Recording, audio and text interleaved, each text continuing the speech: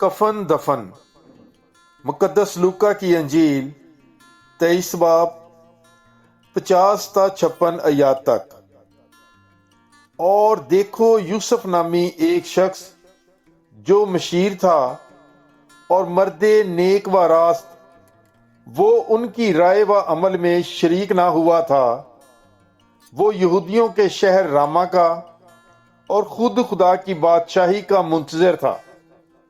اس نے پلاطس کے پاس جا کر یسوع کی لاش مانگی اور اسے اتار کر کتانی چادر میں کفنایا اور ایک قبر میں رکھا جو چٹان میں کھدی ہوئی تھی، جہاں کبھی کوئی رکھا نہ گیا تھا۔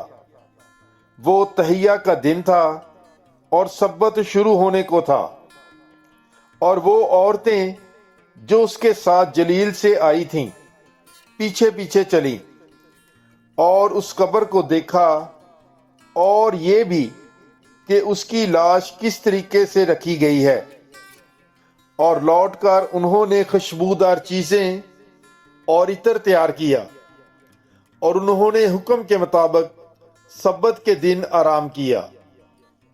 پاک کلام کے پڑھے اور سنے جانے پر خداوند کی برکت ہو، خدا کا شکر ہو۔ God bless you. Bible is life.